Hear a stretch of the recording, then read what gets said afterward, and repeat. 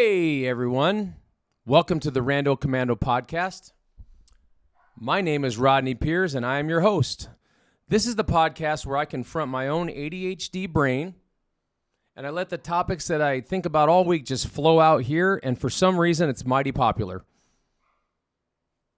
I'm a recovering addict with many years of sobriety, an ex-felon. I've done 13 years in the Arizona prison system over the years. I've been out for 8 years.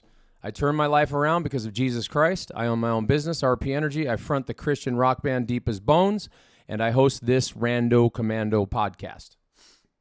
You may ask why. Why is that so important, Roddy, that you've got all these things you're bragging about? I'm not bragging about it.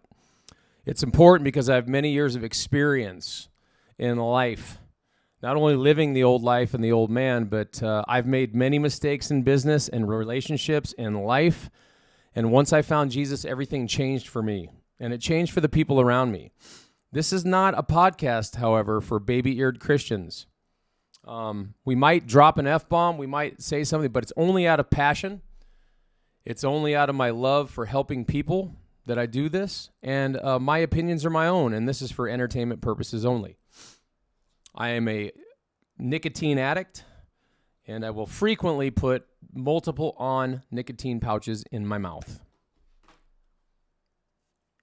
I want to talk to you today about stuff, There's a couple things I got on my mind. So I've been serving with the ministry for a number of years, and I'm no longer doing that. And I really enjoy doing ministry. I really enjoy helping people. I still occasionally go into prisons with Pastor Nate and Prison Fellowship. And I really love doing that, playing rock and roll and worship inside of prisons. But something's been burning in my heart. It's just like this empty void of just wanting to help and wanting to love on men, and not in that way, you freaking weirdos. In the way that men are disadvantaged when they come out of prison or they come off the streets. If you've never been in that position, it's very difficult, number one, to get sober, and number two, to stay sober. And a lot of guys, when they're in prison, they'll say, you know what, when I get out, I just need a chick and a job and I'll stay sober. But I'm here to tell you, fellas, that does not work. It did not work for this heroin addict. Heroin and crack cocaine were my addiction, and it was debilitating over 20 years that I did that.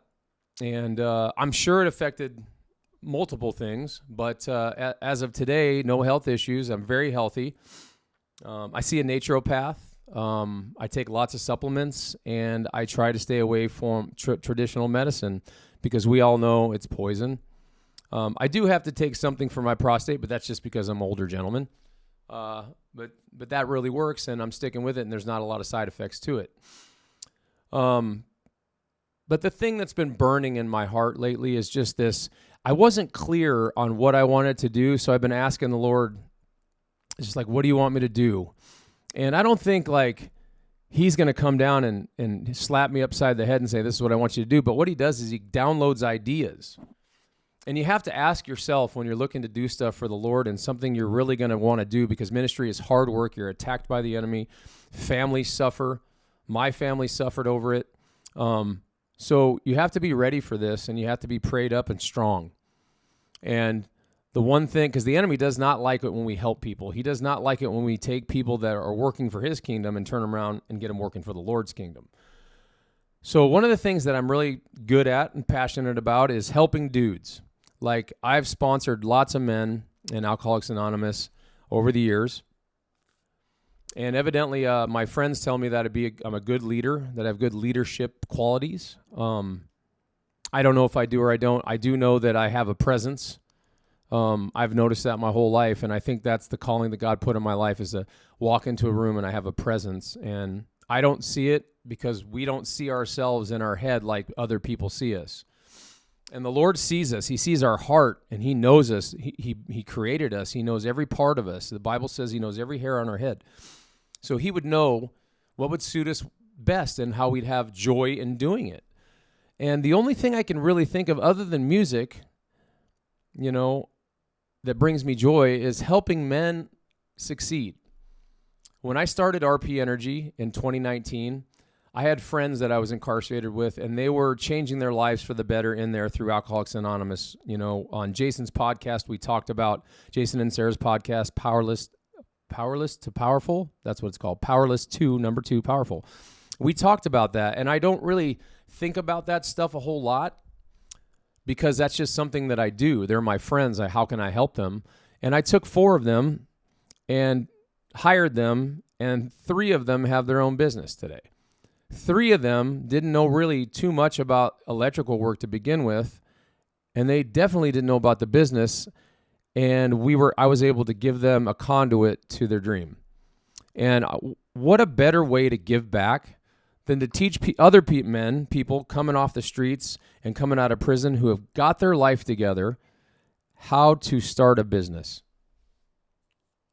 Because we all know that working for someone is great for a couple of years in sobriety or maybe a year or 2 getting out, but we feel as felons that we're not going to be able to get a license. Well, I'm here to tell you, I have a lot of felonies, and the ROC of Arizona gave me my license because I am a trustworthy individual today, and that I don't rob and steal, and I don't do those things anymore. So they were able to give me that, and they actually interviewed me on the phone, and I just gave them my story. I told them my testimony, my AA spiel, when I speak at meetings. And I just told them what I tell everybody else, that I've changed my life. And you know what? If you've really changed your life, it will make a difference. If you're just saying you changed your life, that's not going to make any difference. People see right through that. So what am I saying here? I'm saying that if you're truly honest and you truly want to change your life, the Lord will show up. And he showed up for me, and I'm not the only one he's going to show up for.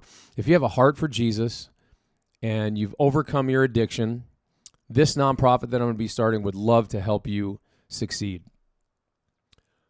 It's going to be a nonprofit because it's going to take an army. I'm not doing this because I have a lot of time. I'm doing this because something in my heart is burning to help people out. Regardless of what anyone thinks about me, and it doesn't matter because it's only what God thinks about me. I do love people, and I do like to help people. And you can clown it, you can laugh at it, but you know what? There's no better feeling in the world than to be able to take someone whose life was in the gutter and bring them out of the gutter, see them change, see them become successful, get a job, have a family, get married, have children. And then what a blessing it would be to show these guys who already, most of them have a good trade. Most people, guys in prison, are in the trades. I hate to say that. Excuse me. But they're in the trades. There's drywallers, plumbers, electricians, carpenters, roofers, you name it. They know how to do it. And a lot of them find that if they do side work, they're making a lot of money, more than they would make at their job. When I worked as an electrician, I would do side work on the weekend and make as much on one day as I would all week working at a company. And it really, for years I did it without a license, which was not smart. It's not smart. And I felt like paranoid all the time. But once I got my license and I started doing it, I realized some things. They've entrusted me with the license. They've entrusted me with something that's pretty precious to me, being a felon, and I need to take care of my customers and treat them the right way. Do I do that 100% all the time? No, about 99%. I had an issue last week with a customer, and I did not act accordingly or like a Christian. But you know what I did do? I do have the Alcoholics Anonymous program, and I was able to go back to that person and make amends and let them know, hey, that's not me. I apologize. Something happened in my life that's been stressing me out, and I let you have it over it, and that's not fair. So I gave him a discount on the bill. I did whatever I had to do to make it right. So guys coming out of prison, they don't have confidence. I had confidence. I've always kind of had the confidence to be able to just walk up to people and talk to them. Real big people person. Like, I can talk to anybody, anywhere.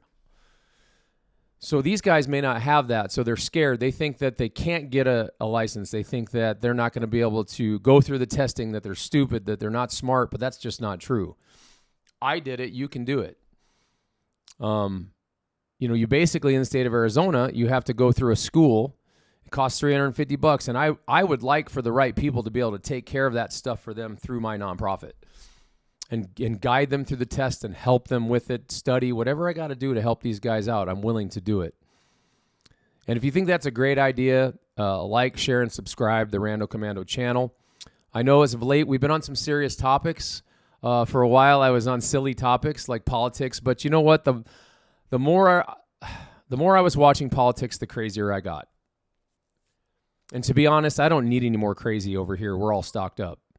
So I didn't need any more of that in my life. Do I pay attention? Of course I pay attention. I still watch it, but I'm not engulfed in it. I'm not my every waking hour on TikTok looking for breaking news. I took a break from it, and I've been really just reading books at night. I've been reading the Bible more. I've been reading the Al-Anon program book, which is a program for the wives or husbands and family members of alcoholics. And I'm in recovery in AA, and that book has helped me immensely in the past few weeks. You know, my girl was telling me for a long time to read that book and to get in that program. I wish I'd have listened sooner. But you know what?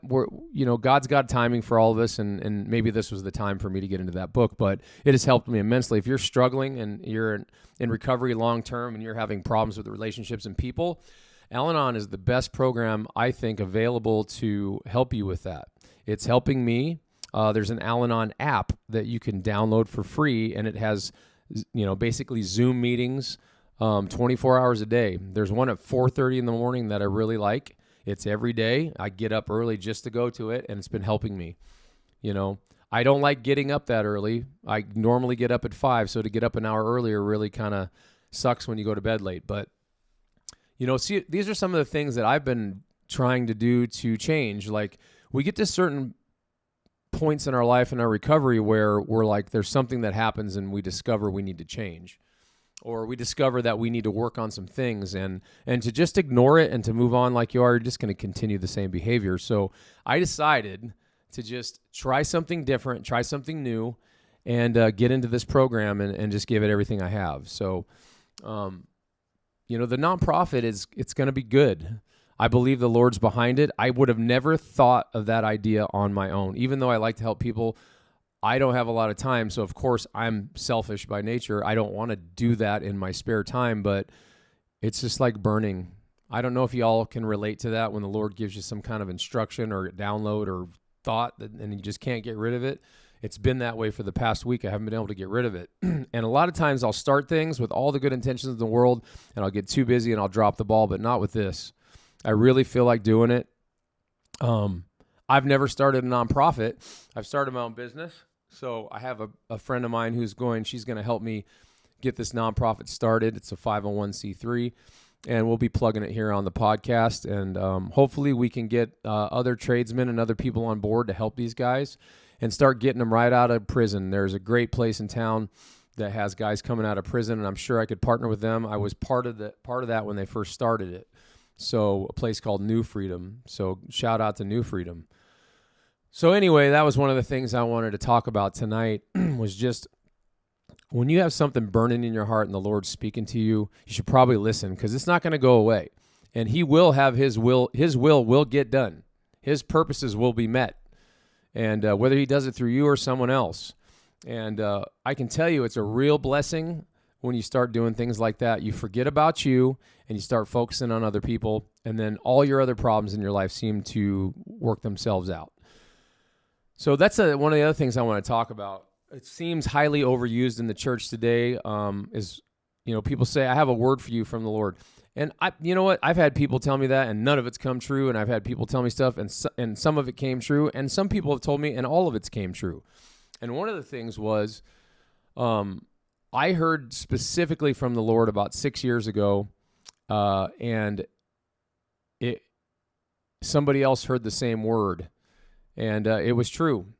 And it was amazing, and it's been amazing. It's been a struggle, but it's been amazing. But yeah, I know that when he does that, he doesn't really renege on that. You know what I mean? He doesn't really pull back and say, I was just kidding. And if he wants that, it's going to happen no matter what you do. No matter what you do, you're not going to be able to pull away from it. He's not going to allow it. He's not allowing me to pull away from this situation, and I want to, and he won't let me, and which really sucks. Sometimes. But is it true? Do people really hear from the Lord? Is it real? Does the Lord really speak to people is the question that I ask, and I believe he does, and I believe he speaks to me. But you have to be receptive and open to it, and you have to be spending time alone with him in your prayer closet or wherever. Mine is actually in my closet, so it is a prayer closet. And I believe he's speaking to me right now about it because I have a whole bunch to say about it. But I get alone with the Lord. Get alone by yourself. Sorry, I have allergies. My nose is running. It sucks. It's really bad this time of year. But get in your closet or get in your room, shut the door, get quiet, get silent, and listen for that small, still voice. That's how I hear it. It's a small, still voice. And I've been hearing this one thing all week long during prayer and during my quiet time, and it's just driving me crazy. And I don't know what to do. And that's sometimes how I know it's from him, because it's not something I would normally think of or normally react to. And I was told to do something, and I kind of blew it off like, I'm not doing that. I'm not doing that. So he just kept in my ear all day long, saying the same thing. And it's something that I would not want to do and something that I do not want to do, but I know I have to obey. And if you're not a Christian, this podcast probably isn't for you anyway, and that's okay. You know, I'd love to see you saved from something I'm saying, because the Lord is amazing. He has given me everything I have in my life. I came out of prison with a few $1,000s. I had a good job in there, which allowed me to have a few $1,000s. I started working the second or third day I was out, and it's been like a rocket ship ever since. And this year is even more amazing financially. And I know it's nothing that I did, because I've made a lot of mistakes in the past year. And but he seems to love me and seems to want to bless me. So I'm just going along with it, y'all. I'm listening to what he says, and it seems to be working out.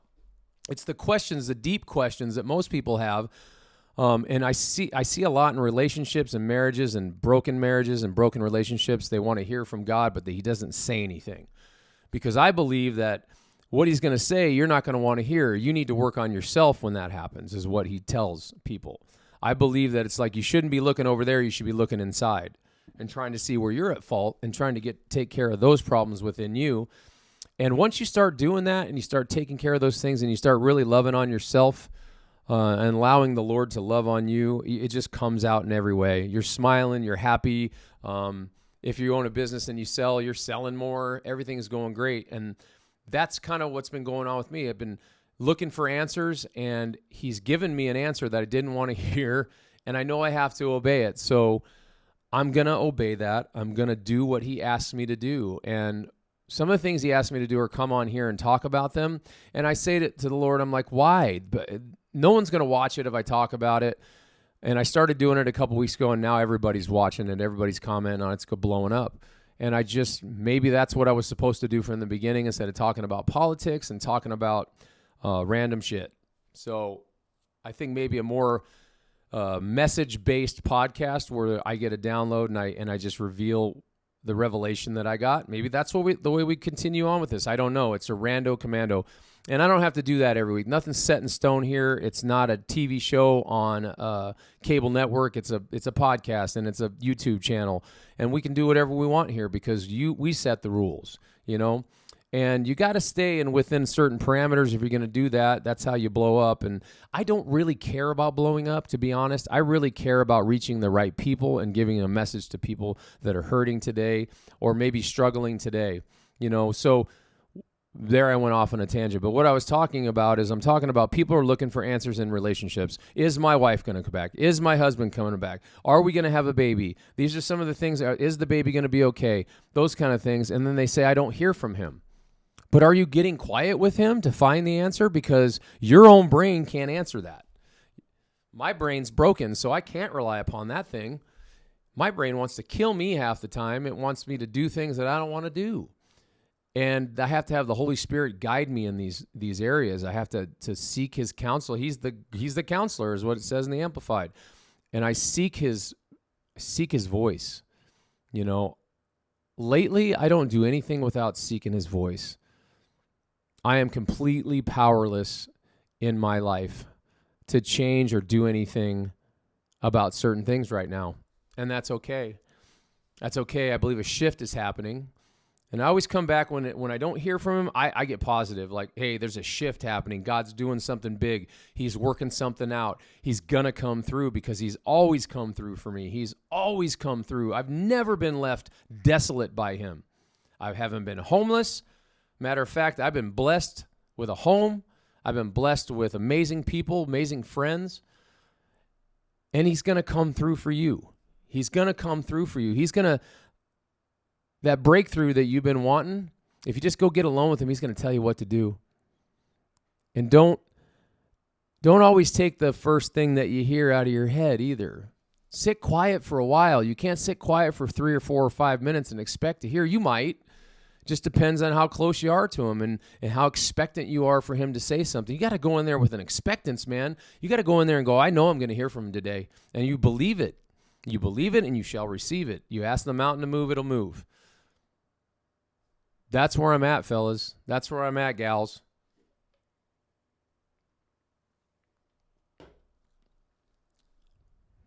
Because you play a part in this too.